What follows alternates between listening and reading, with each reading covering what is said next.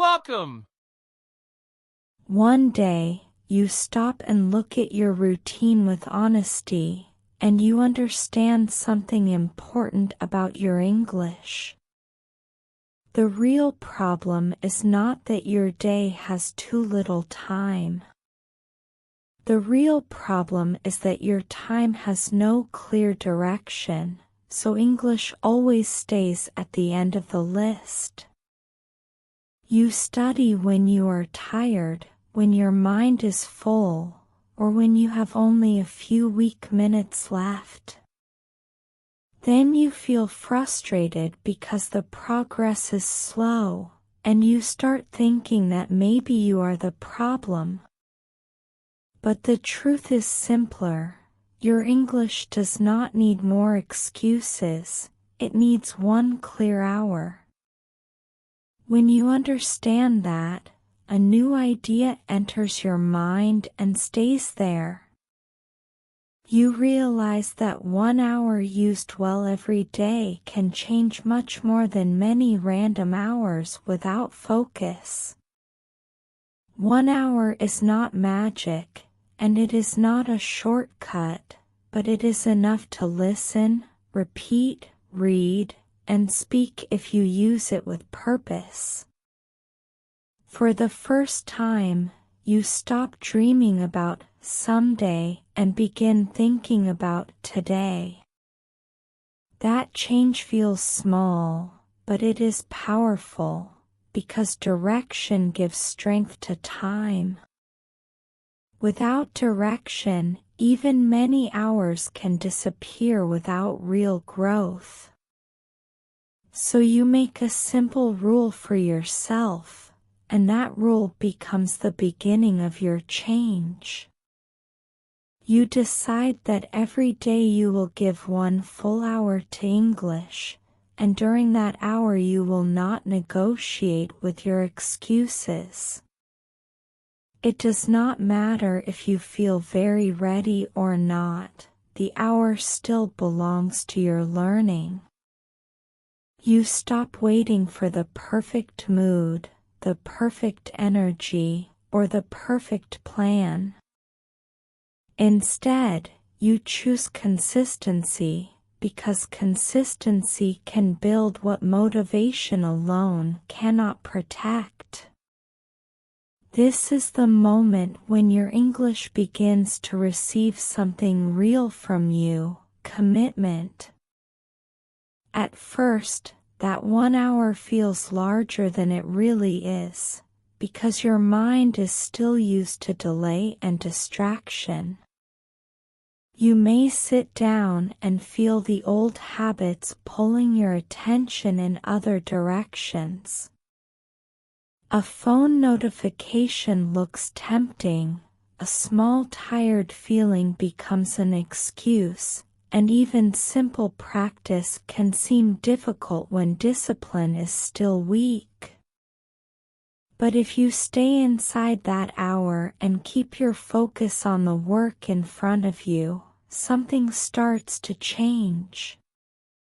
The hour stops feeling like a wall and starts feeling like a space you can trust. Little by little, it becomes part of your day and part of your identity. That is where the change truly begins, not when you know everything, but when you stop waiting and start acting. You are still the same person on the outside, with the same voice, the same room, and the same level at the start. But inside, something important has moved, because now your effort has a place and a rule. 1 hour a day may look simple to other people, but for you it becomes the first strong step toward a new voice in English. And once you protect that hour with seriousness, you begin to understand that real progress is not built by wishing longer. It is built by using 1 honest hour well, again and again. After you create the 1-hour rule, the next step is to make that hour clear and easy to follow. You divide it into 4 simple parts: listening, repeating, reading, and speaking. At first, this plan looks too small, almost too basic to make a real difference in your English. A part of you wants something bigger, something that feels more impressive and more serious. But then you begin to understand that simple things repeated well can become very strong. The power of the plan is not in looking difficult, but in being possible every single day. So you begin with listening, because your ears need to spend time near real English sounds. You choose short and clear audio that matches your level, and you listen with attention instead of only letting the sound pass by. After that, you move to repeating, because repeating helps your mouth follow what your ears are learning. Then you read a short text out loud, slowly and clearly, paying attention to words you already know. Finally, you use speaking time to answer simple questions, describe your day, or say useful phrases about your life. The hour becomes a small structure that gives order to your effort. In the beginning, these 4 parts still feel basic, and that can make you doubt the value of the method.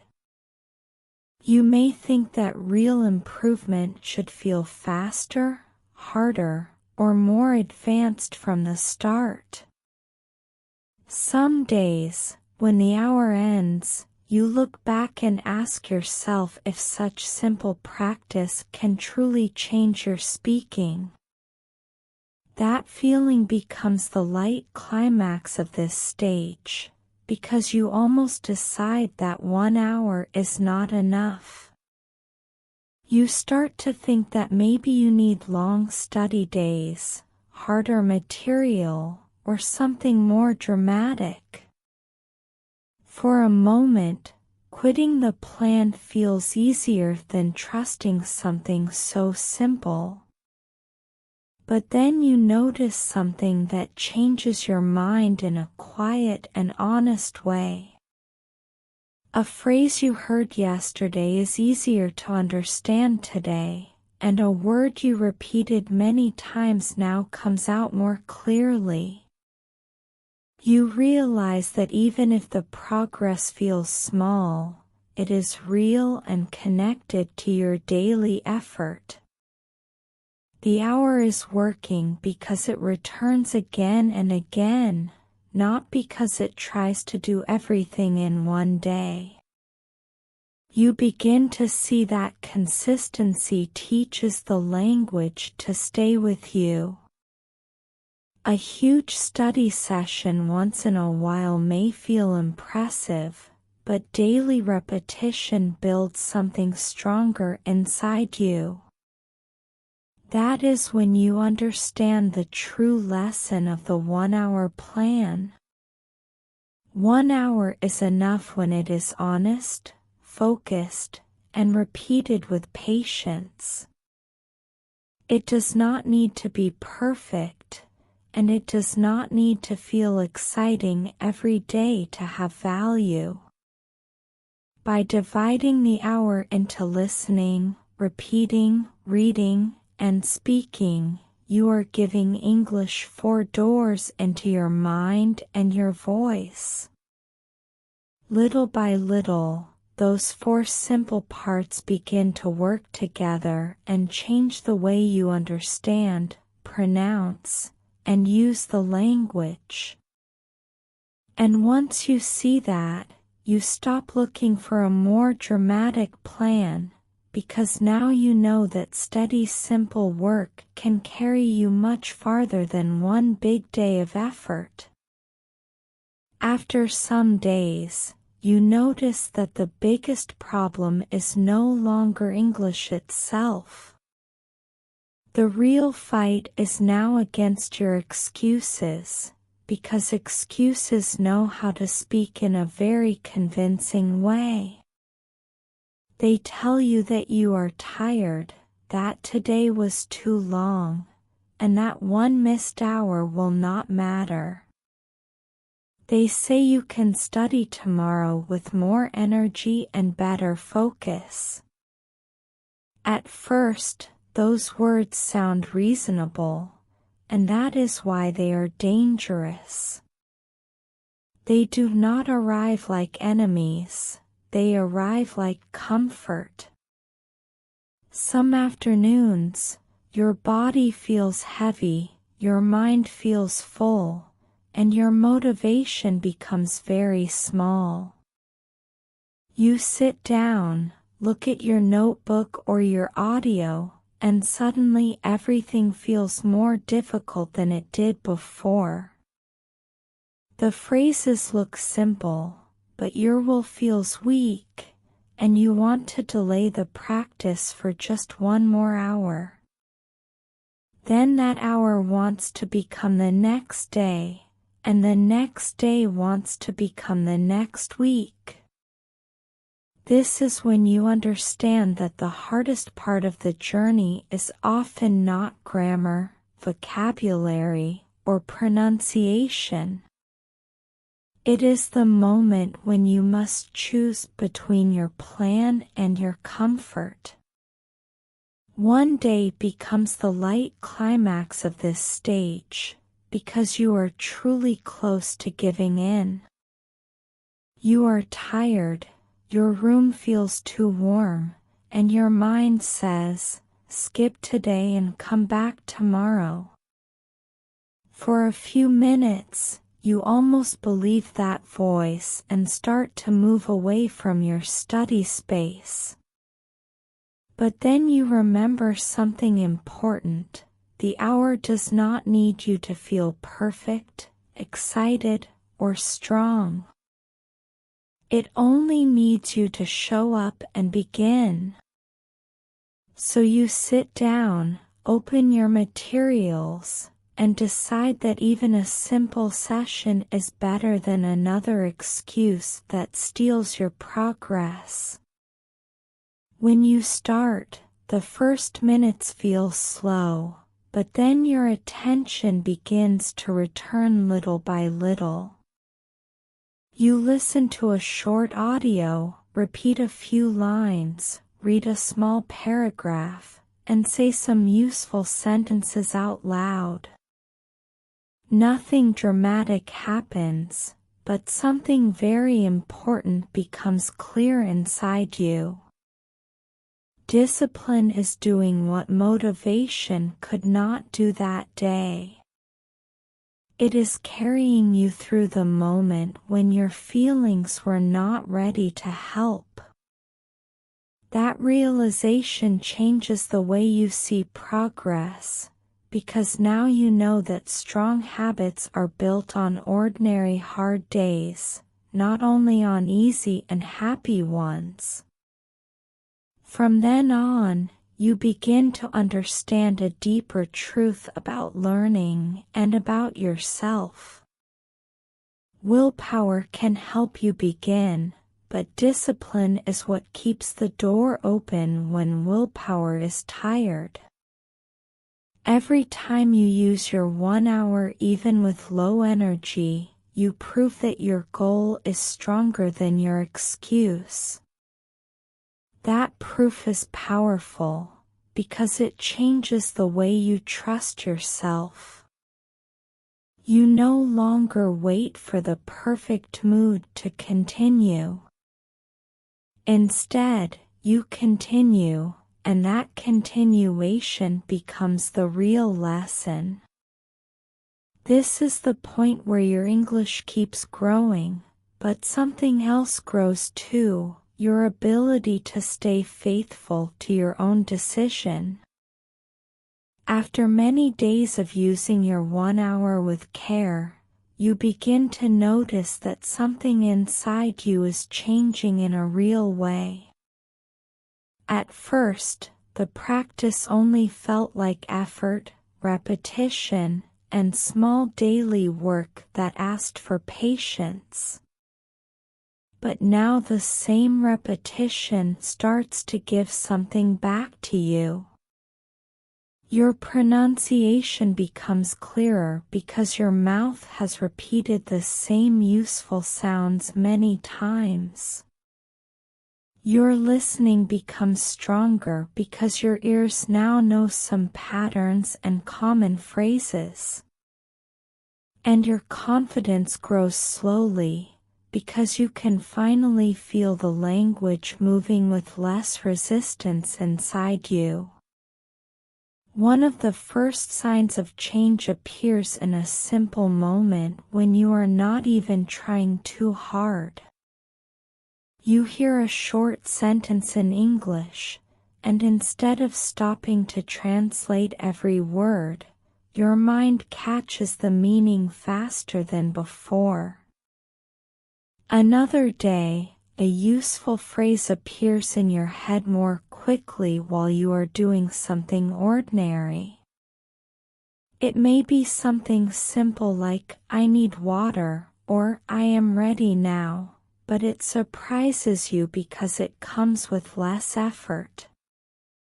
These small moments are important because they show you that the language is no longer staying far away from your daily life. It is beginning to enter your routine. As this continues, your 1 hour no longer feels like a heavy duty you must survive. It begins to feel more natural, more organized, and even more useful than before. You know what to do during that time, and your mind stops fighting the routine so much. Listening, repeating, reading, and speaking all start to work together like parts of the same machine. Because you practice every day, the language keeps visiting the same spaces in your mind, and that repetition makes it easier to stay there. The hour that once felt long and difficult now feels like a place where real growth happens. This becomes the second big climax of your journey, because you realize the plan is changing more than your English. It is also changing the way you think, focus, and respond to effort. You are training your attention every day, and that makes your mind calmer and more organized.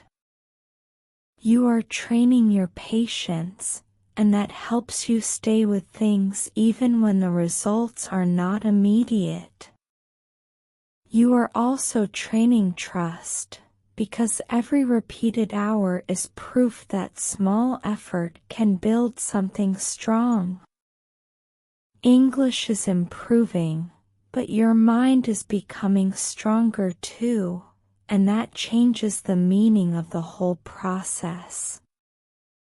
By this point, you understand that the 1 hour rule is doing more than teaching you words and sounds.